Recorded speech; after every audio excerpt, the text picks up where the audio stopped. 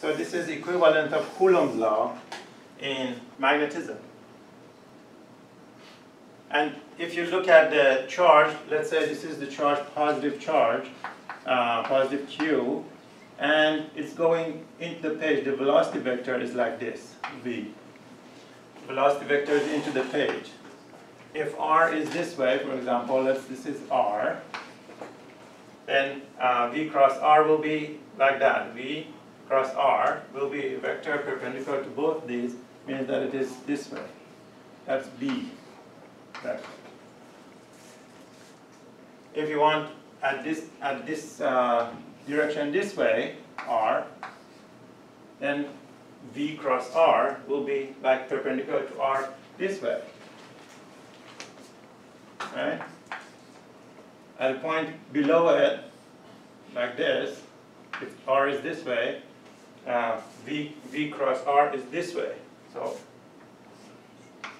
So you see that the field is actually circulating around it. They usually showed by a field line like this that goes around like a circle, and at any point around this circle, the B field is tangent to this circle.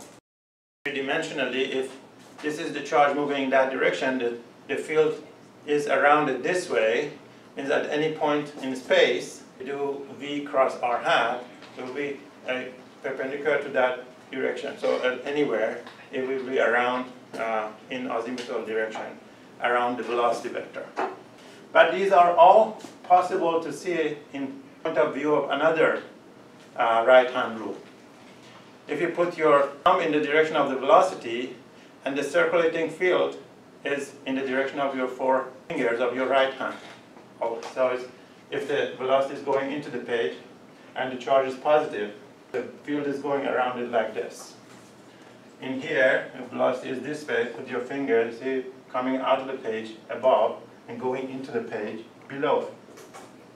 Right? If the charge is negative, of course, it will be reversed because there's Q here, and if the Q is negative, the B field is opposite of V cross R, right? V cross R hat. And also, the B field is reducing as the R increases by 1 over R squared, the same as the electric field. All right, usually we don't have charges moving around, but usually most of the charges that we have moving in the lab are the charges that are moving in a wire and they create a current. We want to see what is the magnetic field created by a current in a wire. So let's say if there's a little piece of a wire with the length dl and its cross-sectional area A, this little piece of wire, it has current I in it. And you know this current I is created by moving charges. Each one is moving at a small drift velocity in the direction of current, if the charge is positive. If the charge is negative, it moves the other way, but it's exactly the same as a positive charge moving in the direction of current. B for each electron, each one has this much magnetic field. But how many of those are there here? Let's say there are n electrons. Remember, we defined lowercase n as the number of charge carriers per unit volume. Remember, you can write it n as n times A times dl. And now, if you have n electrons, the total magnetic field of this element, which we call dB because this is related to dl, is equal to n times b of electrons. And they are all in the same direction because they are going this direction, and we are looking at this direction, this position. They all create a magnetic field that's going out at this point. And then that becomes, I put the n in close to here, mu naught over 4 pi, n e a v drift times dl, and cross r hat. Drift velocity is a vector, but we know the drift velocity is in the direction of the current. But because it is microscopic, as in inside the wire. We don't usually see that. We give that vector character to dl, which is the length of this wire, and it's in the direction of current. So we make dl a vector. And divide by r squared. Okay, what is this NEAVD? If you remember that, that is the current. So instead of Q times V, we can write I times dl. So dB, this is called Biot-Savart's law. This is another type of equation like this, but for a piece of wire that has current in it. It creates a dB coming from this equation. We call it Biot-Savart. So if you have a piece of wire, each element of the wire creates a magnetic field like that. And then you have to add all these pieces of magnetic field to find the whole magnetic field of a wire, depending on the shape of the wire and depending on at what position you're calculating the magnetic field. So here, again, you have charges moving, creating magnetic field that translates into a piece of wire with the current I in it, with length dl, at the position r around it, it creates dB, which comes from this equation. Now let's apply this to a certain situation. So let's say there's a wire carrying current from here to here. And we want to find the magnetic field created by this wire at this point. So in order to be able to calculate things mathematically, you need to put a coordinate system here.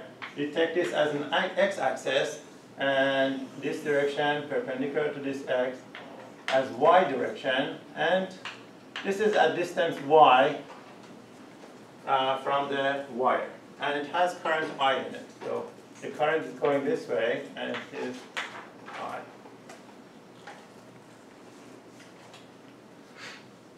Now, according to this Biot-Savart's law, each element of this creates a magnetic field at this point.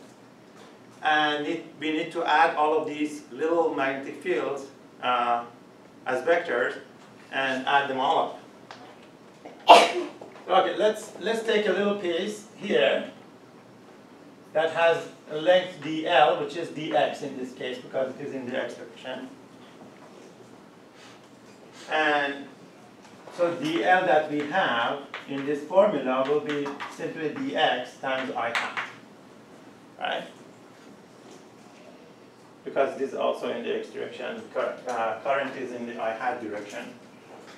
So dl can be written as like that, but r is from the current element to where you calculate the magnetic field. They call it source point and field point. So the r is always from source point to field point. This is r vector. If you want to be mathematically very rigorous, you can write r also in terms of x and y. So what is r in terms of x and y? Remember, if x is positive, this is x, this is y. If x is positive, the x component of r is negative, right? And the y component of r is just y. So how do I write r as a vector in unit vector notation? I write r equal to x, sorry, negative x. Negative x I hat plus y j hat. R is that. Now because I want to do cross product, it is best to write dl and r in unit vector notation. Now we can do cross product very easily, right? Don't need to think about it. So, what is dl cross r hat? What is r hat? We have r hat here, we have r squared and a constant. So let's check out each one of these. Let's say, what is r squared to begin with? Magnitude of this r squared is x, negative x squared plus y squared, right? So x squared plus y squared, because x squared negative doesn't matter.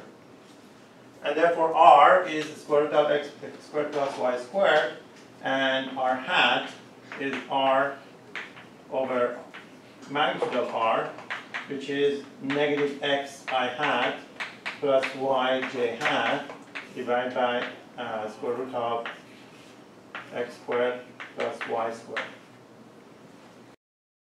Let's calculate all this dB for this element of current. For this element of current, dB becomes, at this point, becomes mu naught over 4 pi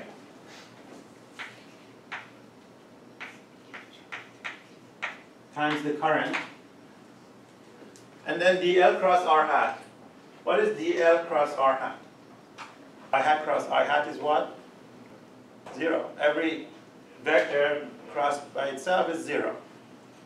What is I hat cross j hat? I cross j is k. So will be y over square root of x squared plus y squared k hat. This is cross product of dl cross r hat, right?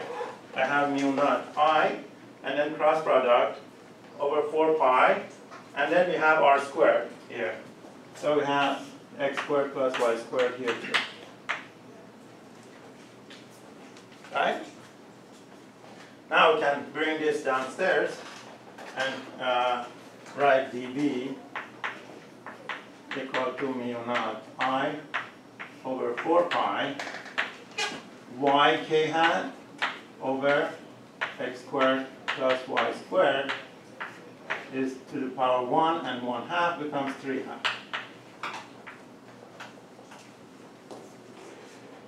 And you see, now no matter where this is, because this doesn't depend, the direction is always k hat, doesn't depend on x. The direction is always k hat, means what? Means that if this is x, this is y, and z is out of the page, and the direction of all of these dBs are outward. Means they're all in the k hat direction. And that makes it easy to add them up, right? If you want to add all of them, it makes it easy because they are all in the same direction. So you just add the magnitudes, right? So B becomes integral dB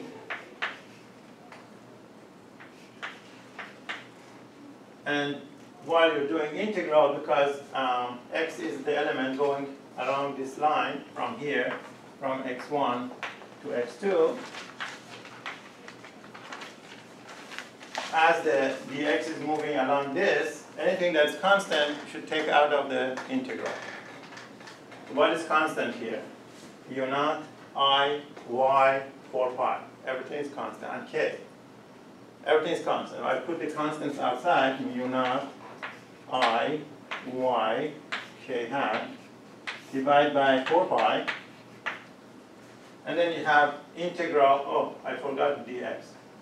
dl cross I hat, it has a dx also. The dx here. And dx here. So B becomes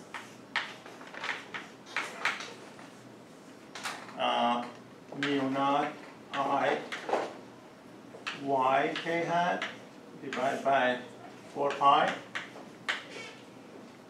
then integral dx over x squared plus y squared to the power 3/2 from x1 to x2.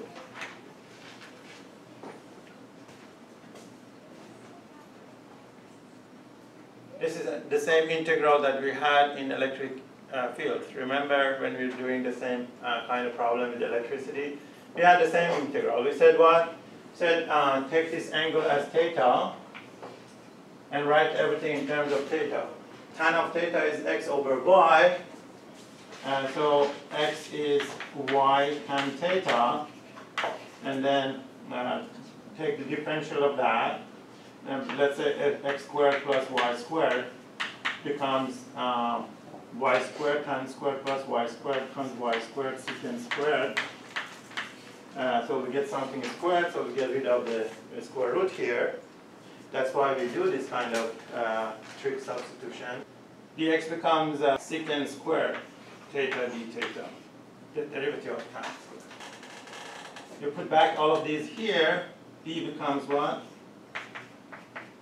Mu naught I y k hat divided by 4 pi integral of the numerator becomes y secant squared d theta. The denominator becomes y cubed secant cubed. And then 2 of the y's cancel, you get y in the denominator. 2 of the secant squared, 2 of the secants cancel, you get 1 over secant, you get cosine. B will be mu naught I, y cancels, k hat, over 4 pi y, and then integral of cosine theta d theta, and from x1 to x2. Again, we can say that since the x goes from here to here, that theta goes from this value to this value. So we can say if we have this point from perpendicular direction, we have a theta this way, call it theta 1, and we have another one here, we call it theta 2. And these theta 1 and theta 2 are positive if they are counterclockwise from perpendicular. If they are clockwise, like theta 1 is negative, right? Because that corresponds to x being negative. So this cosine theta, integral of cosine becomes sine theta. So b becomes mu naught I k hat over 4 pi y, then it becomes sine theta 2 minus sine theta 1. Now if you want for long straight wire, when x1 goes to negative infinity, x2 goes to positive infinity, then sine theta 2 becomes 1, sine theta 1 becomes negative 1, which is negative gives you a factor of 2. So this is general for a line segment that has current I in it. So it's from here to here. And if you want for infinite wire, infinite straight wire, carrying current I at distance r, phi becomes r, so B becomes magnitude. Let me just call it magnitude, becomes mu naught I over, you get a factor of 2 here, with 2 cancels, so 2 pi r. For infinite straight wire carrying current I at perpendicular distance r to the wire. This is the magnitude of the magnetic field around the wire, and the direction, as you see, is in k direction for this coordinate system. But when you don't have a coordinates in the system, this k doesn't have a meaning. But you can say always it is in the direction.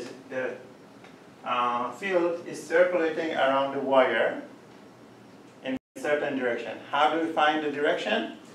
Use right-hand rule. Just put your thumb in the direction of the wire current, and your 4 fingers show the direction of the magnetic field around it. So you have magnitude and direction. Direction is like that. So let's say this is the cross section of the wire, and the current is going in. This is phi.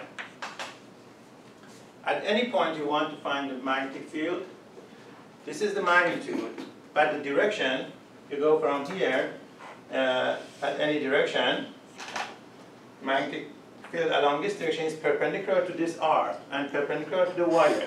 So it's perpendicular to plane of the wire and this vector, but perpendicular to that has two directions. This can be perpendicular to both of them. This way can be perpendicular. Which way? The one that shows right-hand rule.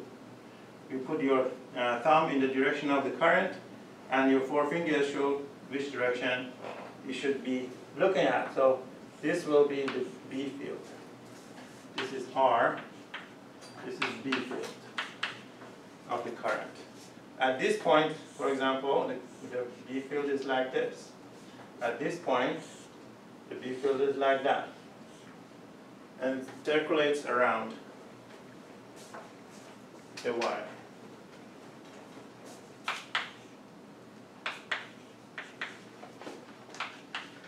Right? And this equation is for the wire segment that extends from here to here. You're looking at the magnetic field at this point P, and you have mu naught I over 4 pi y, and perpendicular to the wire. Again, you can get rid of this if you don't have a coordinate system, but in the direction again shown by right-hand rule. It's theta 1 and theta 2. This is very important. Theta 1 and theta 2 are counterclockwise from this vertical direction.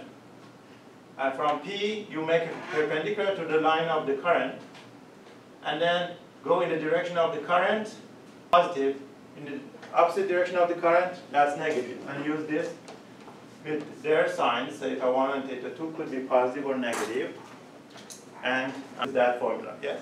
Could you explain how the right-hand rule works? Right-hand rule?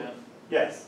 It turns out it comes from this cross product, but then when you integrate, you see that if you put your thumb in the direction of the current in the wire, the magnetic field is circulating around the wire in the direction of your forefingers of the right hand.